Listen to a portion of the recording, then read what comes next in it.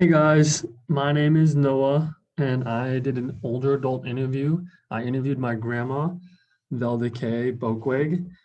Um, and yeah, so a little bit about my grandma. She's lived in Utah most of her life. She's 84 years old, and she's worked quite a few different jobs growing up and when she was married, raising kids.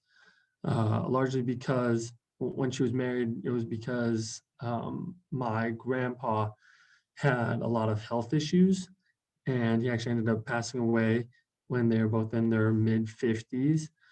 And so my grandma was a widow for like 20 years, and then she got remarried to this man in the photo, the man on the right. That's my step grandfather.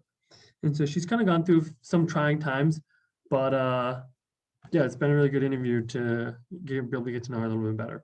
So some things I learned about my grandma were that um,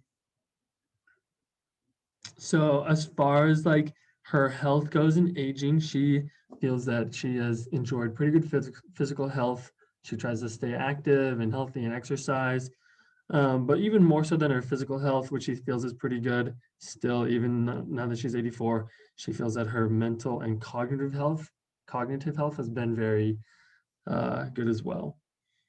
So she did talk about how she's noticed that as she's been getting older, like now compared to when she was, in her 60s, that she's noticing a lot more aches and pains. She says that she used to put on like a watch that she really loved to wear, but her skin's so sensitive now that she can't even wear this watch.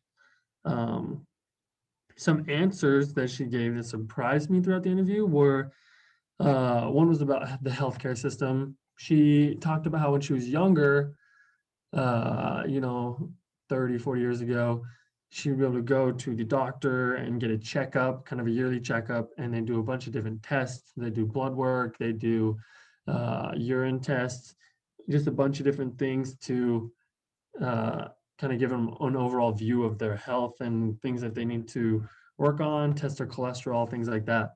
But she says now she can still set up these appointments and go in for checkups, but they're not as in depth. And so if she wants to know about certain things, she's got to request them and then set up, multiple visits. And she thinks that it's because the hospitals and healthcare systems have been shifting from away from like patient-centered care to more of like profit and just making money in general. And so that's been something that she has not enjoyed as far as, her aging is, especially as she's getting older and she needs more help from the doctors.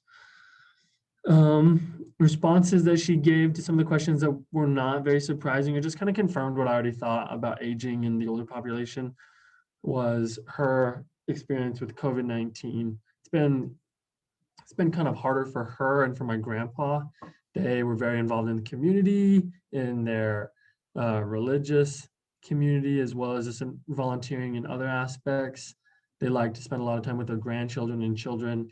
And when the pandemic hit, they obviously have not been able to do that nearly as much. And so that's been really hard on them.